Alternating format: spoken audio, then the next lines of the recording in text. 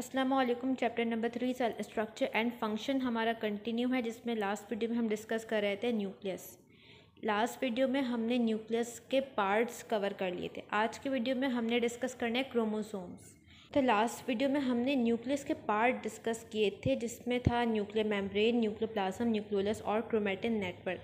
फिर हमने ये बात की थी कि क्रोमैटिन नेटवर्क हमें मिलता है इन नॉन डिवाइडिंग सेल, और ड्यूरिंग सेल डिवीजन ये क्रोमैटिन नेटवर्क ब्रेक हो जाता है स्मॉल थ्रेड लाइक स्ट्रक्चर में, जिसे हम कहते हैं क्रोमोसोम्स।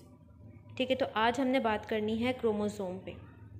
और ये क्रोमैटिन नेटवर्क बना हुआ होता है डीएनए और हिस्टोन प्रोटीन से। तो क्रोमोसोम की अगर हम डेफिनेशन देखें तो क्या है? Thick thread made up of highly condensed chromatin material. Chromosome thread की तरह के स्ट्रक्चर्स हैं इस तरह से, और ये बने होते हैं क्रोमैटिन नेटवर्क से। जो क्रोमैटिन मटेरियल था सेल का, नेटवर्क की फॉर्म में था, अब वो ब्रेक हो गया है स्मॉल थ्रेड लाइक स्ट्रक्चर्स में और कंडेंस हो गया है। कंडेंस होकर इसने क्या बना लिया? क्रोमोसोम।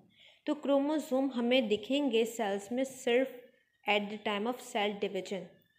और क्रोमोसोम भी किससे मिलके बना होगा? डीएनए और प्रोटीन से, हिस्टोन प्रोटीन से, क्योंकि इन्हीं मॉलिक्यूल से क्रोमैटिन मटेरियल बन रहा था, और क्रोमैटिन मटेरियल ही कंडेंस होके क्या बना रहा है? क्रोमोसोम। तो क्रोमोसोम में भी क्या मौजूद है? डीएनए और प्रोटीन मौजूद है, हाईली कंडेंस फॉर्म में। अच्छा, अब क्रोमोसोम के डिफरेंट पार्ट्स होते हैं। ठीक है, अब हम बात करें पार्ट्स ऑफ क्रोमोसोम, जिसमें नंबर 1 है क्रोमैटिड। क्रोमैटिड क्या है? यहाँ पर जो थ्रेड लाइक स्ट्रक्चर दिख रहा है, इसे हम कहते हैं क्रोमैटिड। कि पूरा यहाँ से लेकर यहाँ तक ये क्या है? क्रोमैटिड। ये पूरा एक क्रोमैटिड है और ये दूसरा क्रोमैटिड है। तो इस क्रोमोसोम में 2 क्रोमैटिड्स हैं। क्रोमैटिड समझ आया क्या है? ये लॉन्ग थ्रेड लाइक स्ट्रक्चर, इससे हम क्या कहते हैं? क्रोमैटिड। अच्छा, अब सेकेंड पार्ट है सेंट्रोमेयर। सेंट्रोमेयर क्या है? Constricted part. वो पार्ट जहाँ पर 2 क्रोमैटिड एक साथ ज्वाइन हो रहे हैं। तो यहाँ पर ये जो सेंट्रल रीजन है, यहाँ पर दोनों क्रोमैटिड्स एक साथ ज्वाइन हो रहे हैं। इस पार्ट को हम क्या कहेंगे? सेंट्रोमेयर। ठीक है, सेंट्रोमेयर। और सेंट्रोमेयर एक कॉन्स्ट्रिक्टेड पार्ट है, यहाँ से हमें क्रोमोसोम कॉन्स्ट्रिक्टेड दिखेगा। तो ये सेंट्रल रीजन क्या हो गया? सेंट्रोमेयर हो गया। अच्छा, अब यहाँ पर देख सकते हो इस सेंट्रोमेयर पे ये ब्लू कलर का स्ट्रक्चर हमें दिख रहा है, ये एक प्रोटीन है। सेंट्रोमेयर पे एक प्रोटीन अटैच होता है, इसे हम कहते हैं काइनेटोकोर। काइनेटोकोर एक प्रोटीन है जो कि सेंट्रोमेयर पे होता है। नेक्स्ट है आर्म। आर्म क्या है? क्रोमैटिड का part from centromere to end. Centromere से लेके एंड तक क्रोमैटिड के इस पार्ट को हम क्या कहते हैं? आर्म। तो एक क्रोमैटिड के 2 आर्म्स हैं। क्रोमैटिड यहाँ से लेके पूरा यहाँ तक का स्ट्रक्चर है। ठीक है, ये क्या हो गया? एक क्रोमैटिड। अब इस एक क्रोमैटिड के ये एक आर्म है और ये दूसरा आर्म है। तो ये पूरा थ्रेड लाइक स्ट्रक्चर क्रोमैटिड है, और सेंट्रोमेयर से लेके एंड तक इस एक स्ट्रक्चर को हम क्या कहेंगे? आर्म। अच्छा, अब यहाँ पर 2 स्ट्रक्चर्स ड्रॉ हैं। ये दोनों स्ट्रक्चर क्रोमोसोम के हैं। ठीक है, ये भी एक क्रोमोसोम है और ये भी एक क्रोमोसोम है। ये इसके क्रोमैटिड्स हैं, ये सेंट्रोमेयर है। ये इसका क्रोमैटिड है, ये सेंट्रोमेयर है। जब हम बात करते हैं ना नंबर ऑफ क्रोमोसोम की, कि कितने क्रोमोसोम्स हैं, तो वहाँ पर हम क्या देखते हैं? वहाँ पर हम देखते हैं सेंट्रोमेयर। कितने सेंट्रोमेयर हैं? जितने सेंट्रोमेयर होंगे उतना ही क्रोमोसोम होगा। फर्स्ट डायग्राम में अगर हम देखें, यहाँ पे कितने सेंट्रोमेयर हैं? 1 है। तो इसका मतलब है कि ये पूरा एक क्रोमोसोम है। सेकेंड डायग्राम में देखें तो यहाँ पर कितना सेंट्रोमेयर है? 1 है। तो ये भी एक क्रोमोसोम है। यहाँ भी नंबर ऑफ क्रोमोसोम 1 होगा, यहाँ भी नंबर ऑफ क्रोमोसोम 1 होगा, क्योंकि सेंट्रोमेयर 1 है दोनों डायग्राम्स में। अब यहाँ पे डिफरेंस क्या है? यहाँ पे फ़र्क क्या है? फर्स्ट डायग्राम में क्रोमोसोम 1 है बट क्रोमैटिड्स 2 हैं। ये एक क्रोमैटिड हो गया ये पूरा, और ये पूरा एक क्रोमैटिड। तो फर्स्ट डायग्राम में एक क्रोमोसोम है बट इसके 2 क्रोमेटिड्स हैं। एक क्रोमोसोम के जो 2 क्रोमेटिड्स होते हैं इससे हम कहते हैं सिस्टर क्रोमेटिड्स। सिस्टर क्रोमेटिड इसलिए कहते हैं क्योंकि दोनों क्रोमेटिड्स आइडेंटिकल होते हैं, सेम होते हैं। ठीक है, अब सेकंड डायग्राम में अगर देखें तो यहाँ पे क्रोमोसोम कितना है, एक है, एक क्रोमोसोम है क्योंकि सेंट्रोमेयर एक है। बट यहाँ पर जो क्रोमेटिड है, क्रोमेटिड भी कितना है, एक है। तो इसमें अक्सर बच्चों को कन्फ्यूजन होती है कि नंबर ऑफ़ क्रोमोसोम हम कैसे देखते हैं। कुछ बच्चे इसको समझते हैं कि 2 क्रोमोसोम हैं और ये एक है, बट ये भी एक क्रोमोसोम है और ये भी एक क्रोमोसोम है। फ़र्क क्या है, क्रोमेटिड 2 है, क्रोमेटिड 1 है। देखो क्रोमोसोम अगर एक है ना, ये एक क्रोमेटिड है, एक क्रोमोसोम है, तो अब ये क्या कर सकता है, ये इसका जो क्रोमेटिड मटेरियल है, क्रोमोसोम किससे बना है, डीएनए से, प्रोटीन से।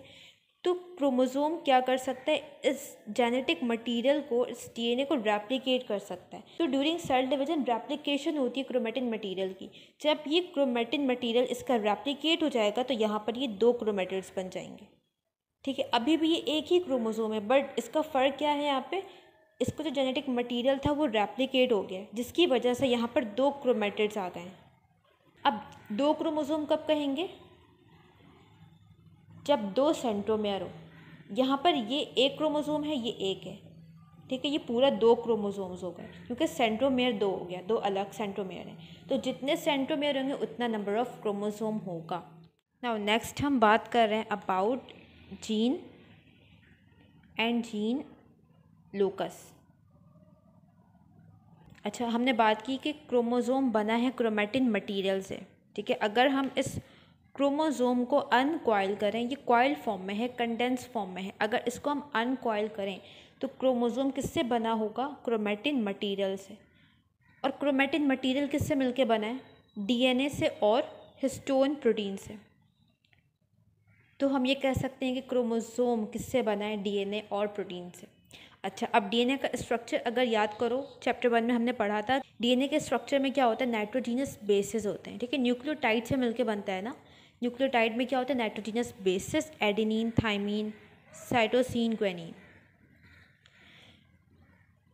डीएनए पे ये बेसिस अटैच है। ठीक है, ये बेसिस मिलकर ही बेसिकली डीएनए का स्ट्रक्चर बनाते हैं। तो इन नाइट्रोजीनस बेसिस की सीक्वेंस को हम कहते हैं जीन, और यही नाइट्रोजीनस बेसिस की सीक्वेंस जीन रिस्पॉन्सिबल है प्रोटीन फॉर्मेशन के लिए। तो यही नाइट्रोजीनस बेसिस की सीक्वेंस ट्रांसलेट होकर मैसेंजर आरएनए बनाती है, और फिर मैसेंजर आरएनए से क्या बनता है, प्रोटीन। और ये सीक्वेंस, ये जीन क्रोमोसोम के जिस पार्ट पे लोकेट होगा ना, उस पार्ट को हम कहते हैं लोकस। फॉर एग्जाम्पल, ये जीन है, ये नाइट्रोजनस बेसिस की सीक्वेंस है, ये रिस्पॉन्सिबल है कलर ऑफ आई कलर के लिए।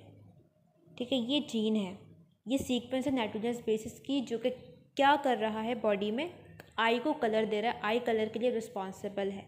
और ये आई कलर की जो जीन है, ये पूरी नाइट्रोजनस बेसिस की सीक्वेंस है, ये क्रोमोसोम पे इस जगह पे मौजूद है। तो इस जगह को हम क्या कहेंगे, जीन लोकस। कोई भी जीन क्रोमोसोम के जिस हिस्से पे मौजूद होगा उस पार्ट को हम कहते हैं locus, gene locus. Now next हम बात कर रहे हैं about types of chromosomes. Chromosomes को हम 4 कैटेगरी में डिवाइड करते हैं based upon position of centromere, कि सेंट्रोमेयर की पोजीशन क्या है और क्रोमोसोम का शेप क्या है। इस बेसिस पे हमने क्रोमोसोम को 4 टाइप्स में डिवाइड किया है। फर्स्ट पिक्चर में अगर हम देखें तो यहाँ पर सेंट्रोमेयर की पोजीशन क्या है, सेंटर में लोकेट है। सेंट्रोमेयर हमें कहाँ मिल रहा है, सेंटर में, और इसके जो आर्म्स हैं वो भी इक्वल हैं। ठीक है, आर्म्स दोनों इक्वल हैं। इस तरह की टाइप को हम कहते हैं मेटासेंट्रिक। मेटासेंट्रिक में क्या होगा, नंबर 1 सेंट्रोमेयर सेंट्रली प्लेस्ड होगा, और नंबर 2 जो आर्म्स हैं वो इक्वल होंगे। अच्छा, अब सेकंड डायग्राम में देखो, सेकंड टाइप है सब मेटासेंट्रिक। सब मेटासेंट्रिक में क्या होगा, सेंट्रोमेयर बिल्कुल सेंटर में प्लेस नहीं होगा, थोड़ा सा डिस्प्लेस होगा, और जो दोनों आर्म्स हैं वो अनईक्वल होंगे, अनईक्वल आर्म्स, यहाँ पर इक्वल आर्म्स। थर्ड टाइप है एक्रोसेंट्रिक। एक्रोसेंट्रिक को हम सब टीलोसेंट्रिक भी कहते हैं, सब टीलोसेंट्रिक। इस टाइप में क्या होगा, एक आर्म बहुत शॉर्ट होगा, एक आर्म बहुत लॉन्ग होगा। तो इसमें वन वेरी शॉर्ट आर्म और वन वेरी लॉन्ग आर्म। इसके अलावा सेंट्रोमेयर सेंटर से बहुत दूर होगा, फार अवे, ठीक है, सेंटर से बहुत दूर है। अब लास्ट टाइप है टीलोसेंट्रिक, इसे हम कहते हैं टीलोसेंट्रिक। टीलोसेंट्रिक में क्या होगा, सेंट्रोमेयर एंड पे लोकेट होगा और इसका एक आर्म एब्सेंट होगा। तो यहाँ पर हमने 4 टाइप्स देख ली क्रोमोसोम की, बेस्ड अपॉन के पोजीशन क्या है सेंट्रोमेयर की और उसका शेप कैसा है, आर्म लेंथ कैसी है।